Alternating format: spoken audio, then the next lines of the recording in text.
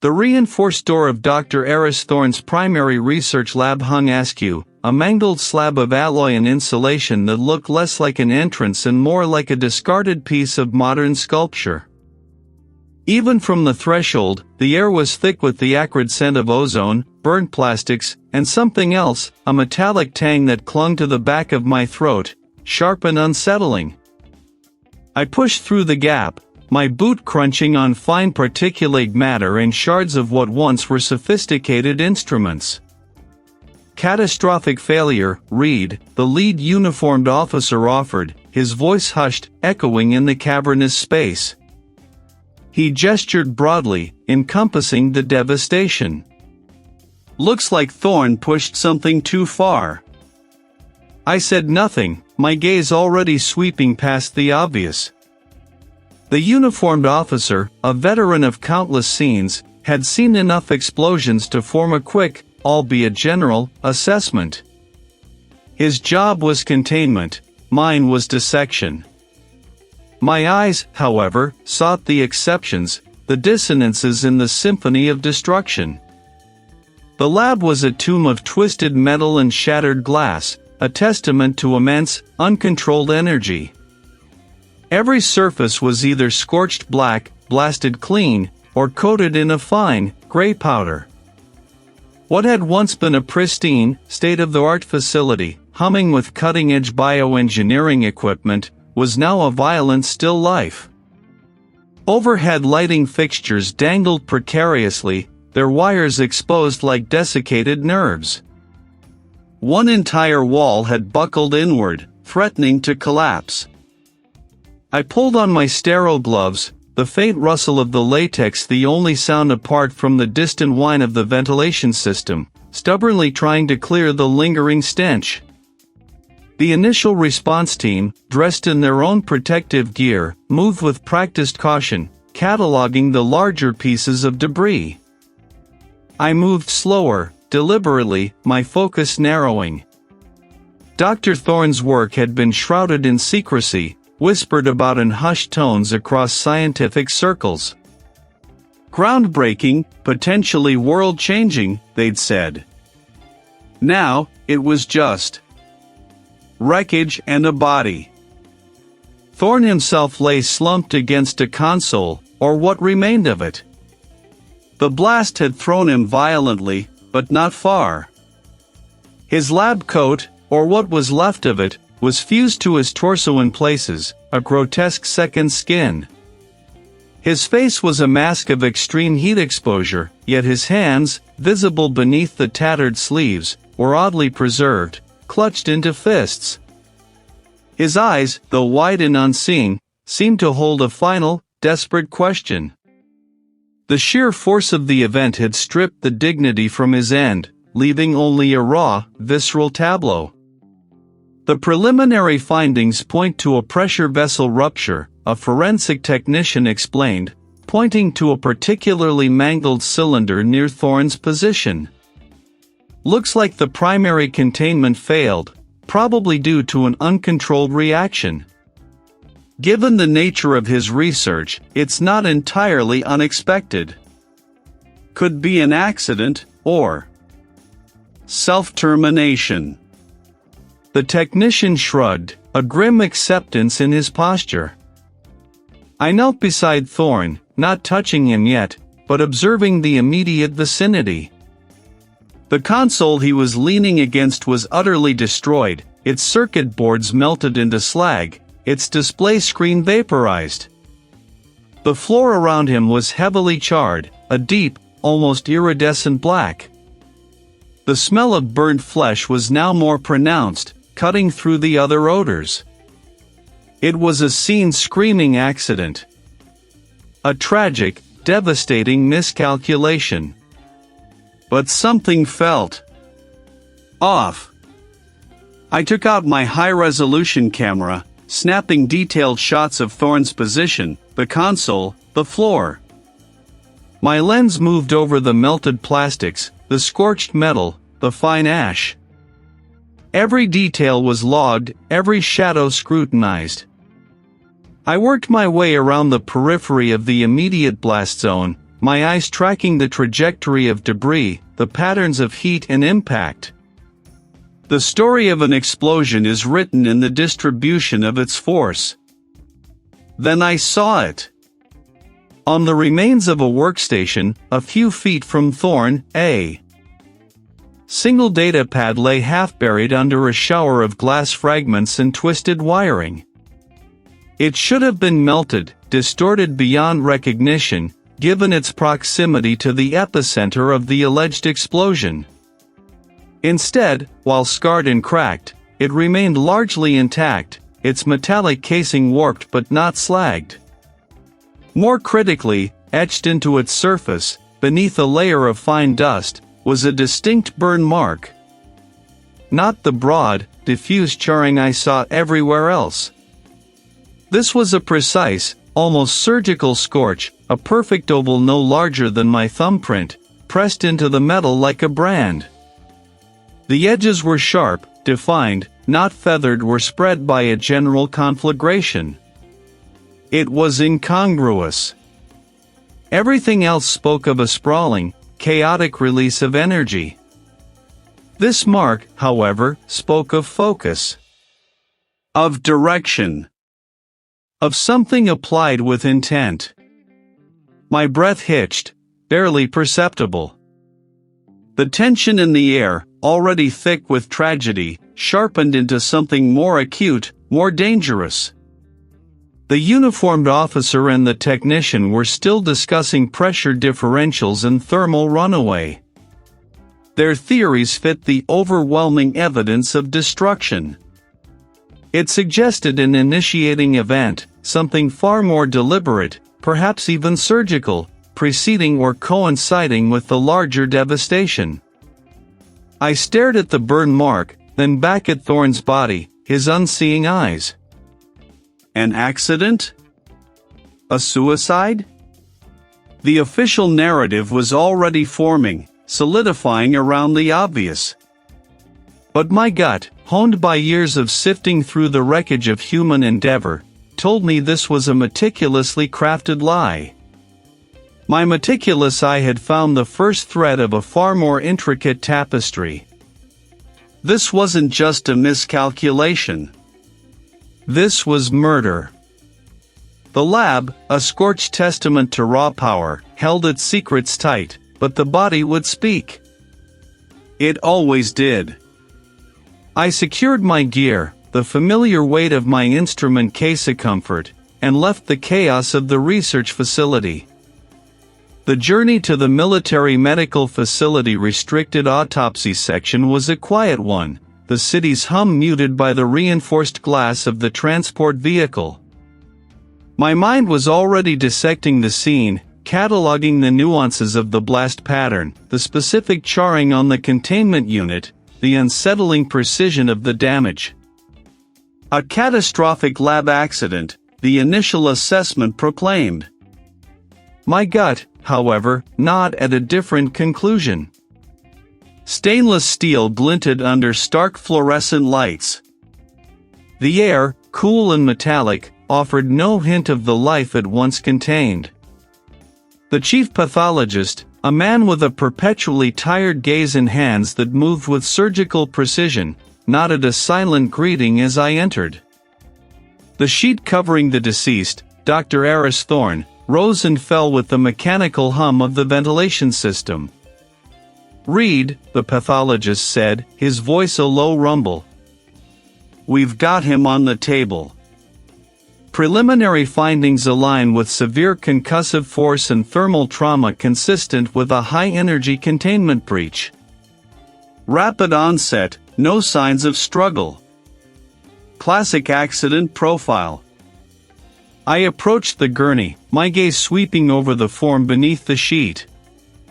The pathologist pulled it back, revealing Thorne.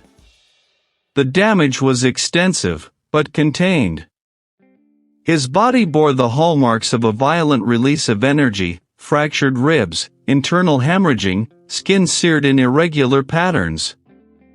My eyes, however, weren't fixed on the obvious. They traced the edges of the burns, the fragments of debris embedded in the flesh, searching for the anomaly. "What about the specific blast signature?" I asked. My voice flat, professional.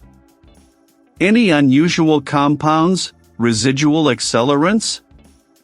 The pathologist gestured to a monitor displaying a complex spectroscopic analysis.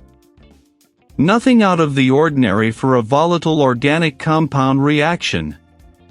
The internal lab sensors corroborate a sudden pressure spike. Everything points to an unfortunate miscalculation. I leaned closer, my gloved fingers hovering inches from Thorne's singed lab coat. The fabric was stiff, brittle. My gaze drifted to his left wrist, or what remained of. The skin there, amidst the widespread trauma, showed a peculiar discoloration. A faint, almost iridescent sheen, subtly different from the surrounding burns. It wasn't charring, nor was it typical blast residue. It was foreign. "This," I murmured, pointing a gloved finger. "This specific burn pattern on the wrist, and this discoloration. Can we get a localized sample? I want to know what this trace element is. It doesn't look like anything from his lab's known inventory of compounds." The pathologist peered over my shoulder, his brow furrowing. "Could be residual from the blast, a unique interaction. But it's an odd color, I'll grant you that. We'll get a scraping." My suspicions solidified. Thorne, known for his meticulous nature, wouldn't have made a miscalculation that left such a precise, non-lab-related signature on his person. This wasn't an accident. This was a signature. A deliberate, insidious detail. Leaving the sterile confines of the autopsy section, the metallic tang of the air still clinging to my senses, I felt the familiar tightening in my chest. The trace element was a lead, a fragile thread in a tapestry of deception. My next step was to untangle Thorne's professional life, to find who might have held the key to his research, and perhaps, his demise. My first stop was a secure conference room in the corporate building that housed Thorne's research division. The rival scientist, a man with a sharp suit and an even sharper demeanor, sat across from me, his fingers drumming a quiet rhythm on the polished table. His name had surfaced repeatedly in Thorne's professional history, a competitor for grants, patents, and recognition. Dr. Thorne and I had a professional rivalry, yes, the rival scientist admitted, his voice clipped. He was brilliant, no doubt, but reclusive. Secretive. He guarded his work jealously, especially his current project. He believed it would revolutionize energy production, make everything else obsolete. Did this competitiveness ever escalate beyond the professional? I asked, watching his eyes. They were cold, calculating. He paused, a flicker of something unreadable crossing his face. Thorne had a way of cutting people out, of taking sole credit. There were disagreements, but murder? That's absurd. He was an asset, even if he was difficult. He shifted in his seat. His work was incredibly sensitive. World-changing, as he put it. Some might have seen it as a threat, not just an opportunity. I thanked him, noting the subtle tension in his jaw, the way his gaze darted to the door. He had a motive, clear as day, professional jealousy, the potential acquisition of groundbreaking research, the removal of a formidable obstacle. My next interview was with the former research assistant, a woman whose name, Maya, had been scrubbed from official records but appeared in Thorne's personal notes. I found her in a small, cramped office, surrounded by stacks of scientific journals. Her face was etched with a weariness that went beyond mere fatigue. Thorne was a genius, yes, she said, her voice softer, but with an underlying current of bitterness. But impossible. He pushed boundaries, ignored ethics sometimes, all for the sake of his vision. He'd work you to the bone, then discard you if you didn't keep up, or if he thought you were getting too close to his secrets. Why did you leave his lab? I probed gently. She ran a hand through her hair. He claimed I violated a non-disclosure, accused me of trying to steal his early formulations. It was a lie. He just wanted me gone before the critical phase of his project. Said I was a liability. I dedicated 3 years to that work, read. 3 years, and he threw me out with nothing but a black mark on my record. Her eyes hardened. He was paranoid.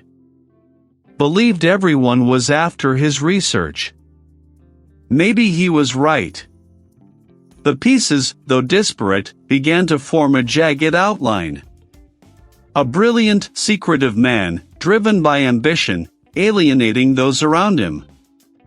A rival with everything to gain, a former assistant with a deep-seated grievance.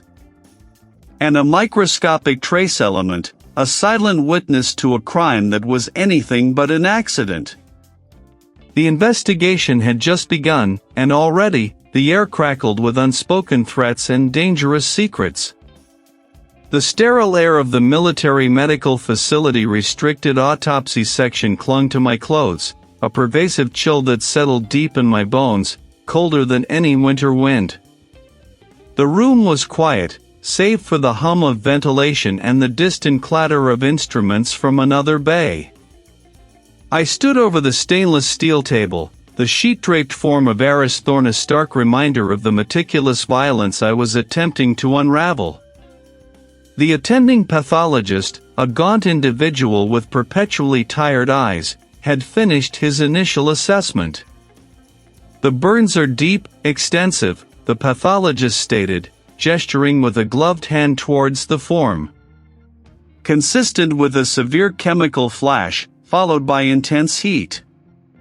The internal organ damage. It's what you'd expect from a rapid, catastrophic systems failure. Everything points to an accident, read. A terrible one. I nodded, but my gaze lingered on the faint discoloration on Thorne's left forearm, just above the wrist. It was subtle, almost missed amidst the widespread damage. A different kind of burn, smaller, distinct, like a brand. It didn't fit the narrative of a random explosion. My mind replayed the microscopic trace I'd found back at the lab, the unusual silicate, almost alien in its composition. An accident, perhaps. But one meticulously crafted. The pathologist's words echoed, but my gut churned with dissent.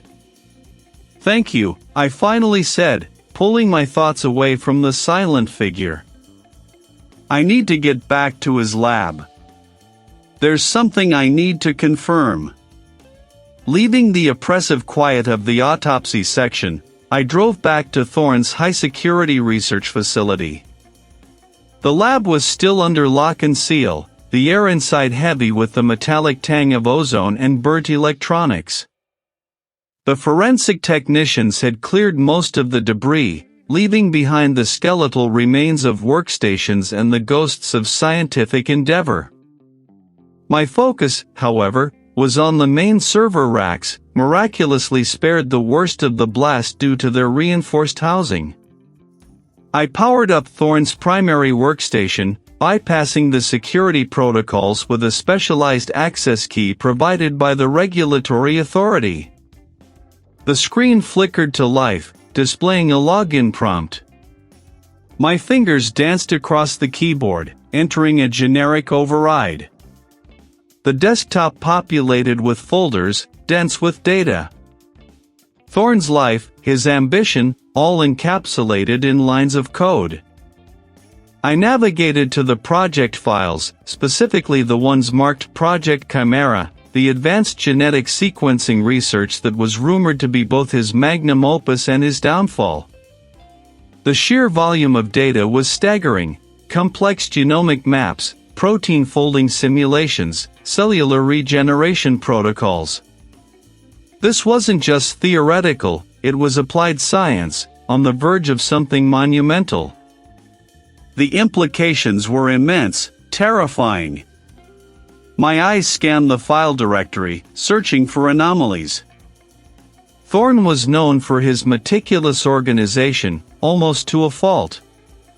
Yet, I found it, a series of timestamps that didn't quite align. Recent modification dates on critical files, followed by deletion logs that seemed to overlap, then an attempted wipe of the entire project subdirectory. The wipe wasn't complete, fragments remained, digital ghosts hinting at what had been there. It was sophisticated, designed to look like a system error, but the pattern was too deliberate. Someone had tried to erase specific tracks, to rewrite Thorne's final days in data. As I dug deeper, cross-referencing file access logs with external network activity, a shadow fell across my screen. I looked up to see Maya, Thorne's assistant, standing in the doorway. Her usually composed demeanor was shattered. She clutched a worn leather satchel to her chest, her knuckles white. "You're still here," she murmured, her voice thin, barely audible above the low hum of the server.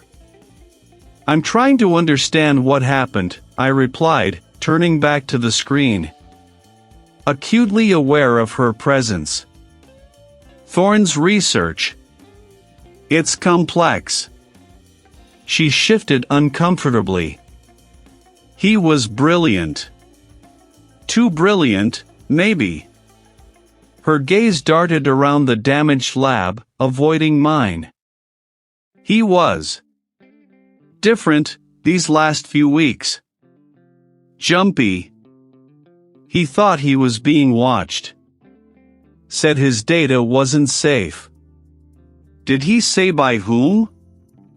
I pressed, my fingers hovering over the keyboard, a specific set of logs catching my eye, a series of failed external login attempts, immediately preceding the data manipulation.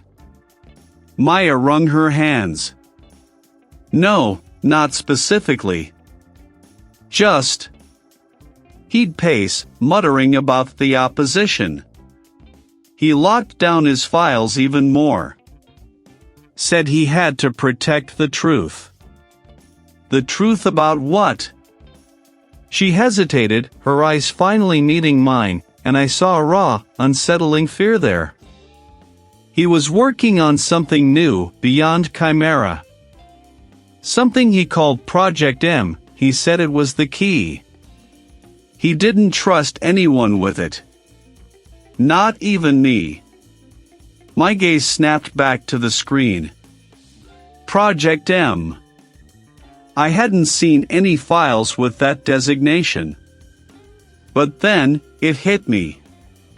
The attempted wipe hadn't been random.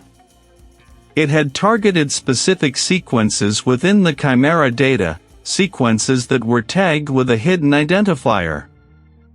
An identifier that, when decrypted, revealed a single, cryptic phrase, M-factor activation. The data manipulation wasn't just about covering tracks, it was about isolating and erasing a specific, critical element within Thorne's broader research. An element that Maya, his closest confidant, didn't even know existed by name.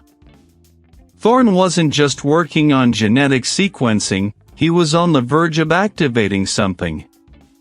And someone had gone to extraordinary lengths to ensure that activation never saw the light of day. Or, perhaps, to steal it. Maya, I said, my voice low, when did Thorne start talking about Project M?